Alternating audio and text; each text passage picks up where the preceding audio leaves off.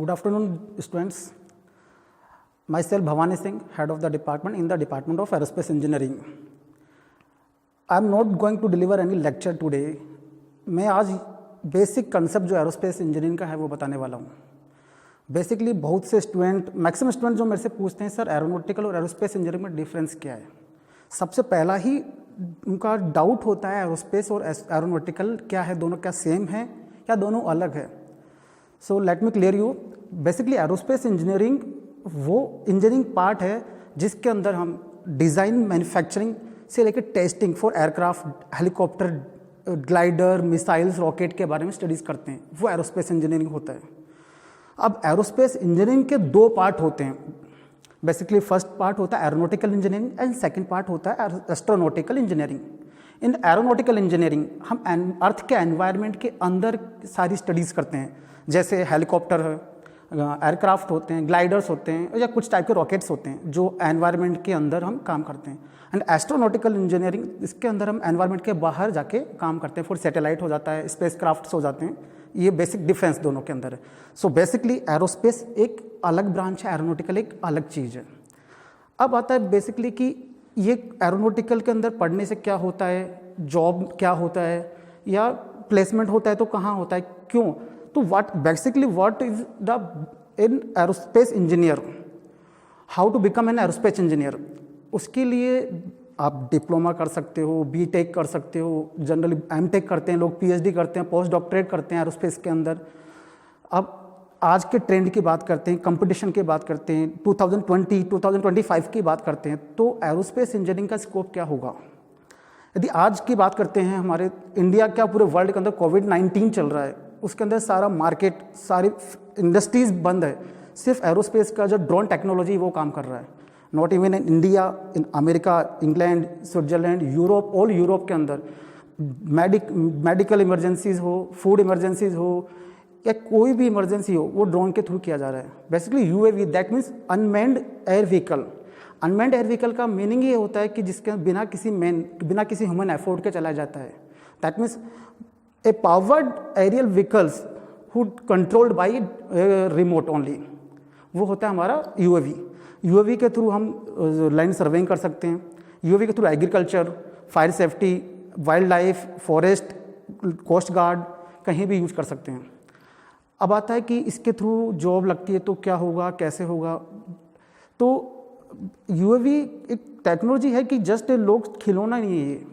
ये टेक्नोलॉजी, इसके अंदर आप कितना लाइट वेट ले सकते हो. अब आपको यूएवी के मॉडल जो ड्रोन है, चाहे आरसी एयरक्राफ्ट है, रिमोट कंट्रोल एयरक्राफ्ट है, उसको किस यूज के लिए लेना है, तो हर यूज के लिए, चाहे इंडियन बॉर्डर पे हो, मिसाइल के साथ में काम लेना हो, चाहे मेडिकल इमरजेंसी काम लेना हो, उसका अलग अलग मेथड्स होता है, अलग अलग टेक्नोलॉजी से उसको डेवलप किया जाता है. ये सारी जो स्टडीज़ होती है जो एरोस्पेस में ही पढ़ा जाता है पूरा. यूएवी ड्रोन टेक्नोलॉजी ही एरोस्पेस का पार्ट है.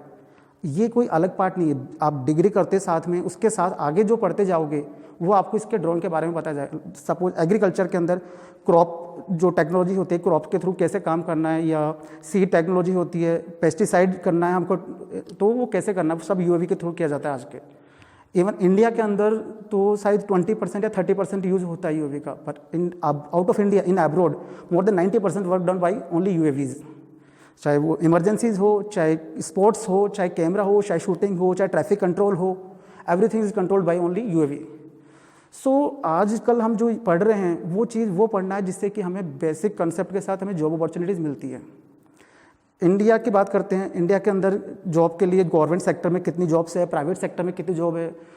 बेसिक एरोस्पेस करने के बाद if you want to go in research line then you can opt ISRO, DRDO है, HAL हिंदुस्तान एरोनॉटिकल लिमिटेड है, नेशनल एरोनॉटिकल लैब्स है, NAL है, even maximum airlines, airports, flying clubs, ये सारे एरो को जॉब दे रहा है. चाहे वो मेंटेनेंस का जॉब हो, रिसर्च इंजीनियर का जॉब हो, या इसके अलावा यदि आपको अब्रॉड जाना है तो नासा है हमारे पास, बोइंग है, एयरबस है. अब एयरबस की अपनी फ्रेंचाइज इंडिया के अंदर उसकी ब्रांचेज है, बैंगलोर के अंदर है एयरबस है, बोइंग है, जनरल इलेक्ट्रिक कंपनी है, लॉट्स बहुत सारी जो कंपनियाँ हैं वो सारी इंडिया के अंदर भी आपको जॉब अपॉर्चुनिटीज़ देती है with good package. So aerospace एक चैलेंजिंग जॉब होता है, इंटरेस्टिंग जॉब होता है. इंटरेस्टिंग इसलिए बन जाता है कि एरोस्पेस से रिलेटेड जो भी व्हीकल्स हैं वो हमने कभी देखे नहीं है, फील नहीं किया. सपोज मैकेनिकल की बात करते हैं, कंप्यूटर साइंस की बात करते हैं या इलेक्ट्रिकल की बात करते हैं, कंप्यूटर को हम देखते हैं, हर चीज़ देखते हैं। मैकेनिकल का व्हीकल्स हम कार देखते हैं, बस देखते हैं, बट एरो के हमने कभी कॉकपिट में जाके हेलीकॉप्टर को नहीं देखा, एरोस्पेस की प्लेन एयरक्राफ्ट को नहीं देखा हमने। इसलिए वो टफ हो जाता है कि हम जब जानते नहीं है बेसिक कंसेप्ट तो उसको कैसे एक्सप्लेन करें, कैसे स्टडीज़ करें। दैट्स वाई ये टफ बोला जाता है, बट ये टफ नहीं है, काफ़ी इंटरेस्टिंग है। टफ के साथ ही इंटरेस्टिंग होता है। यदि आप अपने इसको लेने की ड्यूटी रखते हो तो रेस्पॉन्सिबिलिटी आती है कि आप उसको करो। यदि आप नहीं कर पाते तो कोई फ़ायदा नहीं है। कोई सा भी जॉब हो, कोई सा भी ऑप्शंस हो आपके पास, मैकेनिकल हो, सिविल ब्रांचेस, कोई सा भी हो, यदि आप अपना एफर्ट नहीं डालोगे तो यू कैन डू नथिंग। का बहुत अच्छा जॉब अपॉर्चुनिटीज़ पैकेजेस होते हैं। तो इसके अलावा आपको यदि टीचिंग लाइन में जाना, मेंटेनेंस इंजीनियरिंग में जाना है तो जितने एयरपोर्ट्स होते हैं वहाँ थाउजेंड्स जॉब अपॉर्चुनिटीज़ निकलती है। मैं यहाँ के एसवीएन यूनिवर्सिटी में मुझे अराउंड मोर देन 3 ईयर्स हो चुके हैं। मेरे students PPO that means pre placement offer, जो मैक्सिमम प्राइवेट कॉलेजेस में नहीं मिलता है, 3 बच्चों को प्री प्लेसमेंट ऑफर मिला, जो प्री फाइनल ईयर में ट्रेनिंग के साथ उनको डायरेक्ट जॉब मिला है और वो जॉब कर रहे हैं। उनकी फ़ोटो, नाम आप देख रहे हो स्क्रीन पे है सारा। इसके अलावा HAL Hindustan aeronautic limited, DRDO में बच्चे ट्रेनिंग कर रहे हैं, जॉब कर रहे हैं। तो इससे बड़ा गोल्डन अपॉर्चुनिटी कुछ नहीं मिल सकती। इवन ये स्टूडेंट सौर्य गुप्ता एंड अभिषेक मौर्य, जो बिना किसी एक्सटर्नल कोचिंग के सिर्फ क्लास नोट से गेट में 57 AIR ऑल इंडिया रैंक लेके आए हैं। दैट मीन्स यदि आप एफर्ट लगा तो उसी क्लास के अंदर से, तो बिना किसी कोचिंग के आप 57 रैंक ला रहे हो, that means a big achievement. तो बाकी जो हमारे कोर्स ऑफर करता है, पिछले 2014 से Swami Vivekananda university aerospace aeronautical branch run कर रहा है। यहाँ पर अराउंड 6 ईयर हो चुके हैं। तो इन कोर्सेज़ के अंदर डिप्लोमा चलता है हमारे यहाँ, डिप्लोमा लेटरल एंट्री भी होता है, बीटेक होता है जो 12th के बाद नॉन मेडिकल स्टूडेंट करते हैं, बीटेक लेटरल एंट्री कर सकते हो, या मास्टर ऑफ टेक्नोलॉजी MTech भी यहाँ पे चल रहा है। तो आपको किसी भी कोर्स में यदि एडमिशन लेना है, कोई डाउट होता है तो आप यहाँ ले सकते हो। यहाँ पर लैब्स की बात की जाए तो एरोडायनामिक्स लैब है, जो कि यहाँ पर सबसोनिक विंड टनल रखा हुआ है, जिसके अंदर सारी एयर टेस्टिंग किया जाता है, चाहे सिमेट्रिक एयरफॉल का हो, अनसिमेट्रिक एयरफॉल का हो, सिलेंड्रिकल पार्ट्स हो। तो उसकी आप देख सकते हो विंड टनल हमारे यहाँ पर है। स्ट्रक्चर लैब हमारे यहाँ पर है, पूरा स्ट्रक्चर के अंदर हम जितना फैब्रिकेशन वर्क होता है पूरा स्ट्रक्चर लैब में किया जाता है। प्रपल्शन लैब का इंजन का रिलेटेड कुछ पार्ट किया जाता है। बाकी हमारे यहाँ पास में अराउंड 4 किलोमीटर तो ढाना एयरपोर्ट है, वहाँ पर सारे बच्चे टेस्टिंग करते हैं, प्रैक्टिकली नॉलेज के लिए जाते हैं हर सेमेस्टर में, और मोर देन 10 से 15 डेज तक वहाँ पर जाकर ट्रेनिंग करते हैं। तो ये हमारी लैब्स के बारे में है। इसके अलावा यदि हमारी लैब्स के अंदर ऑब्वियसली एक प्राइवेट ऑर्गेनाइजेशन का पूरा 100% लैब नहीं दे सकता, तो जो पार्ट हमारा लैब का रह जाता है वो हम विजिट के थ्रू करवाते हैं। लास्ट ईयर 2018 के अंदर हम पटियाला एविएशन क्लब गए थे, फ्लाइट टेस्टिंग किया था, जो above sea level around 4000 feet पर बच्चों ने टेस्टिंग की थी पायलट के साथ।